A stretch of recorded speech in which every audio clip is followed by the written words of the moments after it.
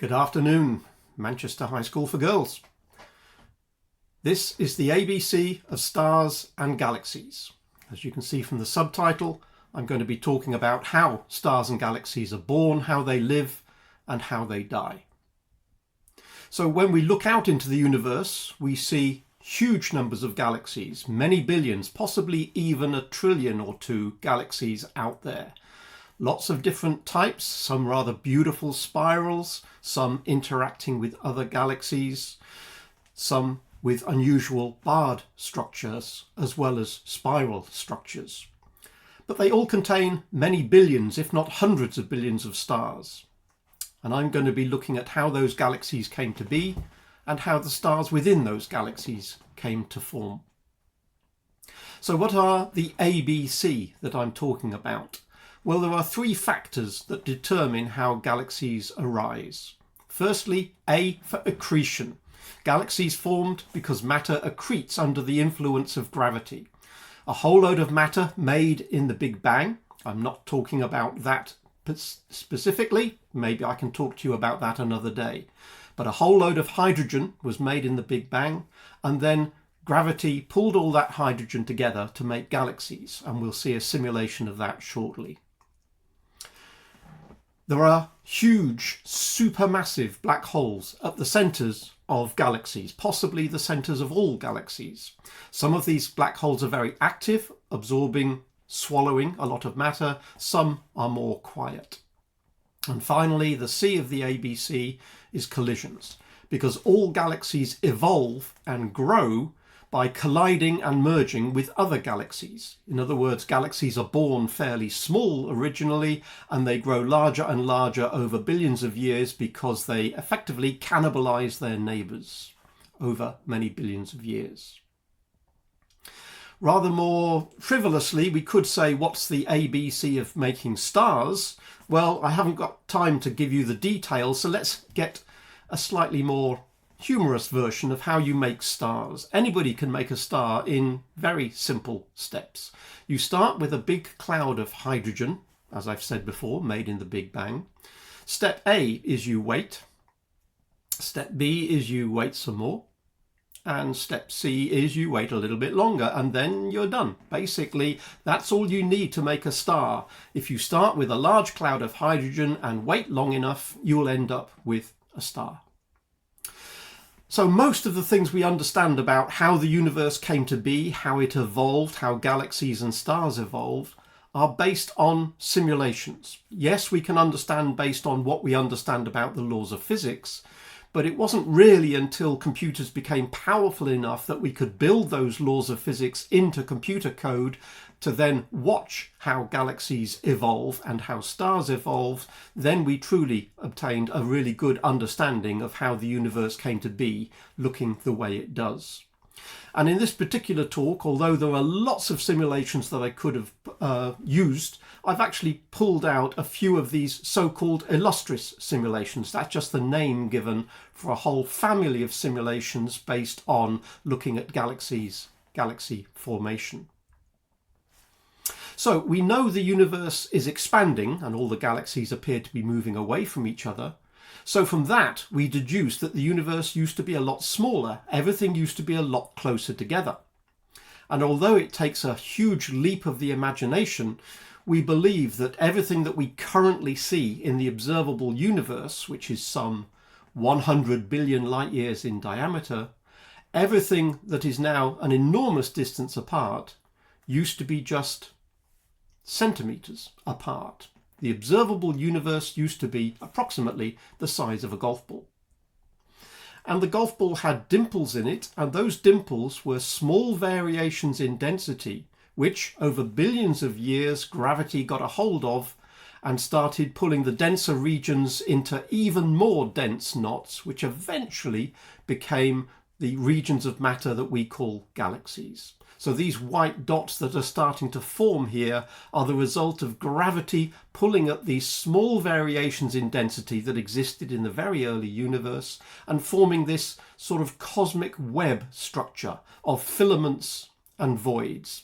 and you can see where these filaments join each other. You get these very bright patches where galaxies and clusters of galaxies are forming, and we also get some regions like over here on the right hand side that appear to be rather dark, and that's a void where very little matter exists. This is what the simulation tells us the universe ought to look like, and indeed when we look out into the universe we do see this. We see that galaxies aren't distributed throughout the universe uniformly, they appear to clump like this. And if we have a closer look at what's going on, for instance that red circle, let's have a closer look at how one particular galaxy might form when gravity takes hold of matter in the early universe. So again, let's run a simulation, this time on a rather different scale. Here we're looking at matter that's falling in from these filaments into a knot that's starting to form a galaxy. Again, the brighter the colour, the denser and the hotter the gas that we're looking at, and the darker the colour, the less dense and colder the gas.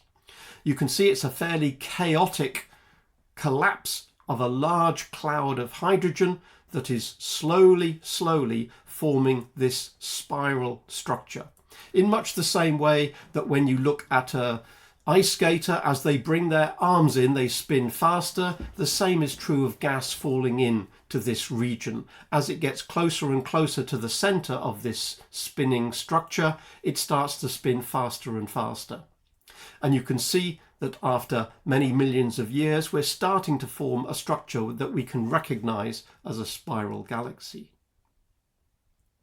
This is what a spiral galaxy might look like now when we look at one face on. This is one of our relatively close neighbours. It's still millions of light years away, but it's close enough that the Hubble Space Telescope can get a very detailed view of this spiral galaxy. And notice that as well as a very bright core, in the spiral arms we have lots of these rather pink or red regions. These are regions where new stars are being born, star-forming regions. Hydrogen gas tends to glow red when it's excited, and so red splodges in an image like this tell us that these are regions of hydrogen, and we know hydrogen clouds are regions where stars are born.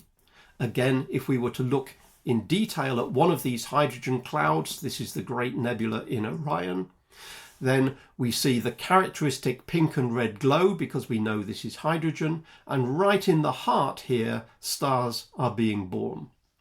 Again, if we want to understand the process, we use computer simulations to ask ourselves, if we start with a large amount of hydrogen and then let gravity do its stuff, can we see the birth of stars? So this is a simulation carried out at the University of Exeter.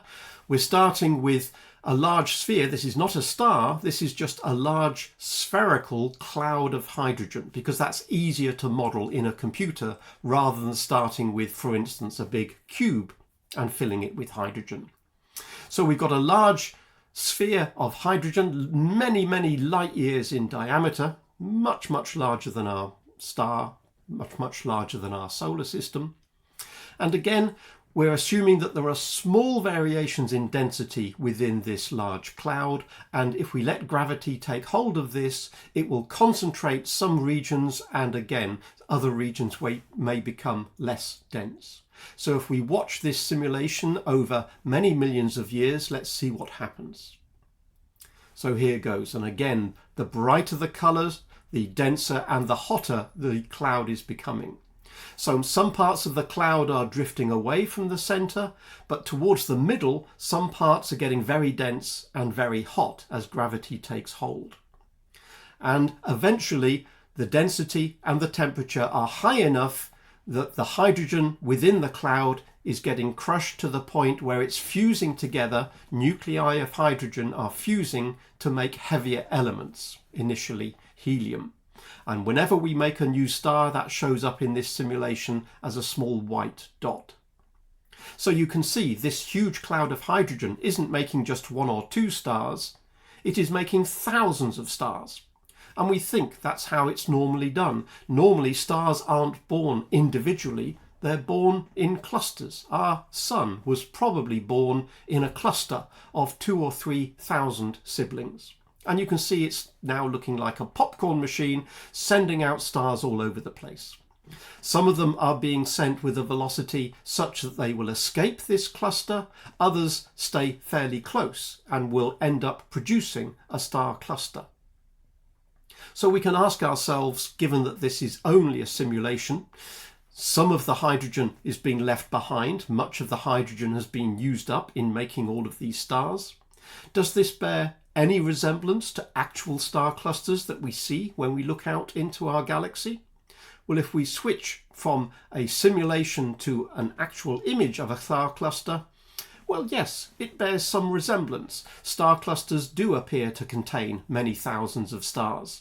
There are more stars in the background here, but most of the stars you can see in the foreground, the bright blue stars, are part of this star cluster. And we think we now understand how these clusters come to be based on the simulation that I've just shown you. All stars, when we think of what's going on inside, are a question of balance. Gravity is always pulling the mass of the star inwards, and that is usually balanced by what's going on in the center of the star. Nuclear fusion is fusing hydrogen into helium, and as a result is releasing energy, and that energy produces radiation pushing outwards. And all stars are ultimately a balance between the opposing forces of gravity pulling in and radiation pressure pushing out. And when these opposing forces are balanced, as they are, for instance, in our sun, then the star is stable. If, for any reason, these two forces get out of balance, then the star must change. The star will evolve. And indeed, most aspects of star birth, star life, and star death can be explained in terms of this balance of opposing forces. So, for instance, if we wanted to know what happens when a star uses up all of its nuclear fuel, then we can think about how it evolves, how it changes, how it dies, based on thinking about the changes to the balance of forces that are going on inside a star. Whenever we think about stars and star evolution, it helps to plot them on a diagram like this, in which we look at the luminosity or the intrinsic brightness of the star on the vertical scale and the surface temperature on the horizontal scale. And for historical reasons, we tend to put colder stars on the right and hotter surface temperatures on the left. So there's our sun, relatively close to the middle of this particular diagram. It's at 1 on the luminosity scale because we choose to show the luminosity in units of the luminosity of the sun. So by definition, our sun is 1. And the surface temperature of our sun is a little less than 6,000 Kelvin. So that puts the sun in that particular position. When we think about stellar evolution, if we start with a cloud of hydrogen and ask, well, what happens next? Well, as the hydrogen cloud collapses under gravity, it can make a whole number of stars, many hundreds, possibly thousands of stars. If it makes a relatively small star, such as our sun, then the star could live quite happily for billions of years, converting hydrogen into helium. But once that hydrogen starts to run out, some of the outer layers of the star can puff up, and if the gravity is not particularly strong, because we haven't got a particularly massive star, the star can fail to hang on to the outer regions of the atmosphere, and they can slough off, and basically the outer part of the star can be shrugged off and expand into the interstellar medium. This so-called planetary nebula, nothing to do with planets, it's just again a historical name for looking at the large cloud of hydrogen and other elements that result in the outer part of the star being shrugged off. The star might be millions of miles in diameter, but planetary nebula can be many, many light years in size. When the outer part of the star has been shrugged off, what's left, the original core of the star, that's left over, and we call those white dwarfs because they are very small, because it was only the core of the star, and they're relatively hot to start with, and so they shine quite brightly.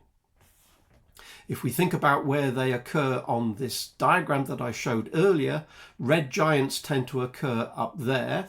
Remember, they've expanded, so they're rather large, but they are red. They've cooled down somewhat. So red giants are further to the right on this diagram than the sun.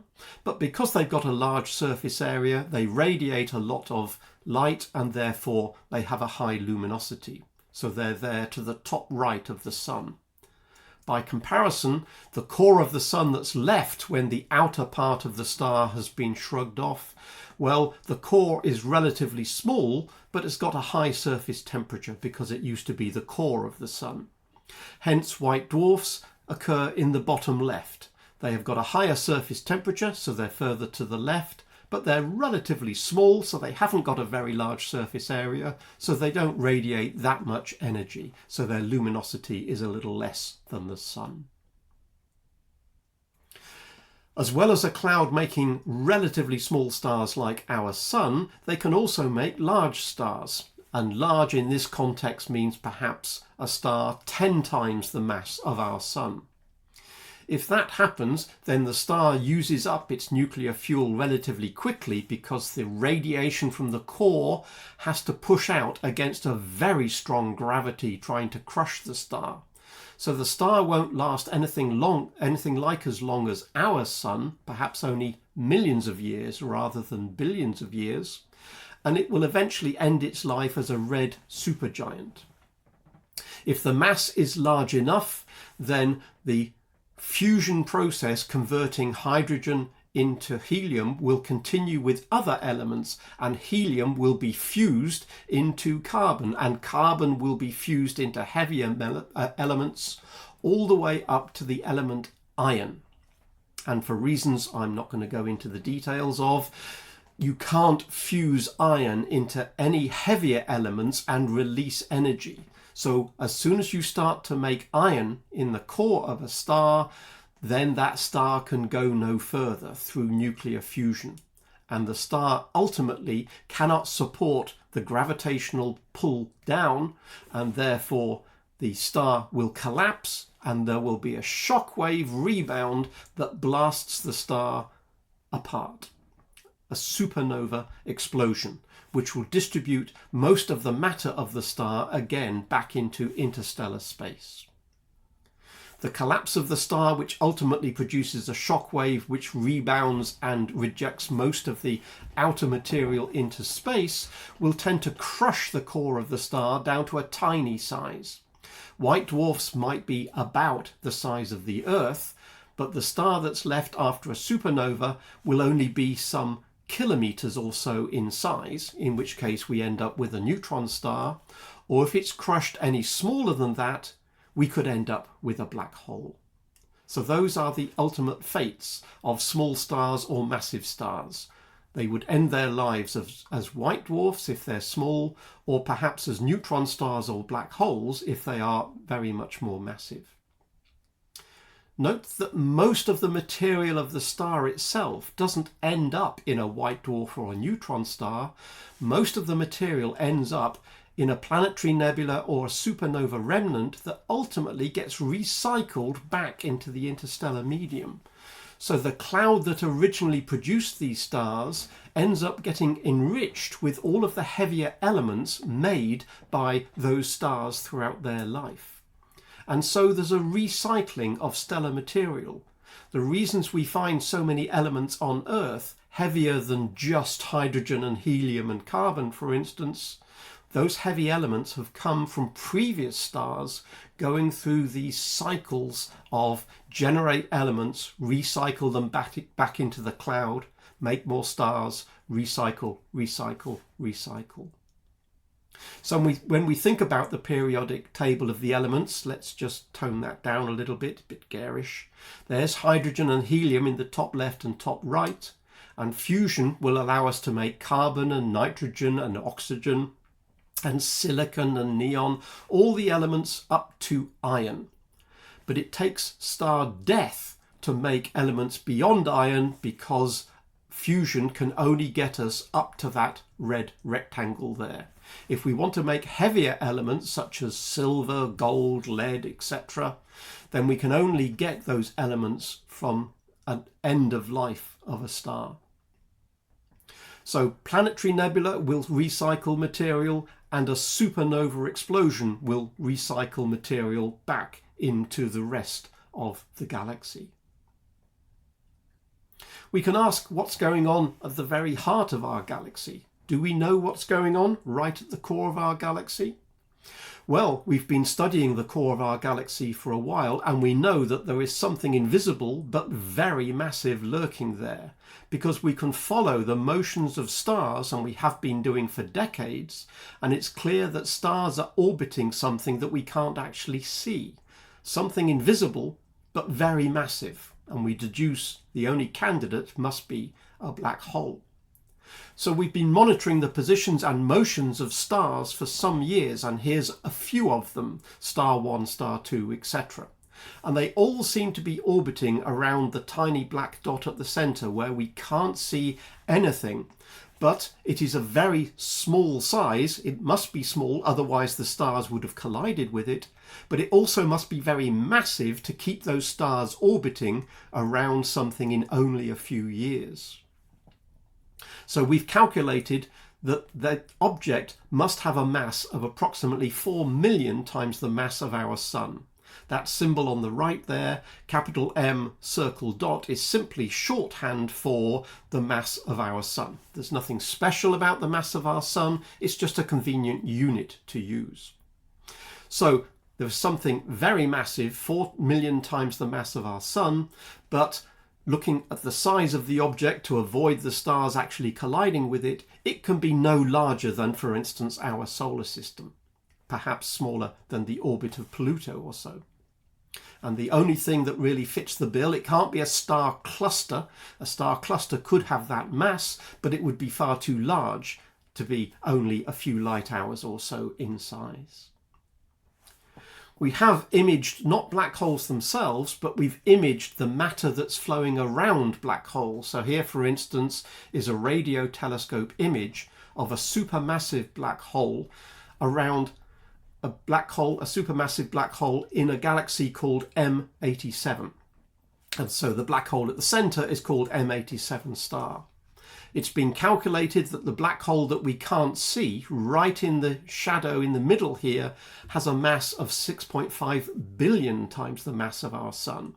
And this orange glow that you can see around it is matter that this black hole is effectively eating. Matter is falling into this black hole, and just like water going down a plug hole, it doesn't all go down the plug hole immediately. It circulates around, and what we're seeing here is matter that is circulating around the black hole, getting very hot and emitting lots of electromagnetic radiation, which is picked up in this particular radio telescope image. When we look at individual galaxies, like the static picture on the left-hand side, we can think that galaxies are very peaceful and very slow objects. We know that they rotate, but we know that they rotate in hundreds of millions of years. And this can lead us to the rather wrong impression that galaxies are very static and aren't actually doing much other than slowly rotating. However, we've come to learn in past years that galaxies do evolve by interacting with their neighbours. In some cases, we can see that from snapshots. For instance, this particular snapshot on the right-hand side, called the Rose Galaxies, shows two galaxies that are quite definitely interacting with each other. The spiral nature of this galaxy on the left is being disrupted by this neighbour, and probably vice versa. They are producing tidal forces that are changing the structure of both galaxies. But the full influence of collisions and interactions and mergers of galaxies were only really appreciated recently, when we could run simulations on a large scale showing how hundreds or indeed thousands of galaxies interact with each other. And this video, on a much larger scale than the one I showed earlier, is showing how thousands of galaxies are interacting with each other. There's a big galaxy coming in at the top, and there's a big galaxy coming in at the bottom. And as time goes by, over perhaps 1 billion years or two, these galaxies interact with each other. They pass each other, they do a little dance, and then eventually they pass through each other and merge together to make an even larger galaxy. And along the way, that galaxy is cannibalizing some of the smaller dots, some of the smaller galaxies you can see in the neighborhood. So you see that the early universe in particular was a very dynamic place. Although we tend to look at snapshots of galaxies and see them individually, we have to remember that over huge lengths of time, not just a few million, but a few billion years, galaxies are always interacting with each other, and that is how ultimately they grow and they change. So remember, when we're thinking about not only stars, but on the larger picture, how galaxies change, we remember that gravity ultimately dictates how galaxies form in the first place. Accreting matter formed in the Big Bang, and then within a galaxy, those hydrogen clouds will collapse to form stars. In the center of every galaxy, there is a supermassive black hole, and we are still trying to understand exactly what the relationship is between what's going on in the black hole at the center of galaxies and the evolution of the rest of the galaxy itself. And we know from our simulations that galaxies change and evolve by colliding and merging with their neighbors over timescales of billions of years. So the universe is a very dynamic place, even though at the moment we can, in essence, only take snapshots of what it looks like at the moment. Thank you very much.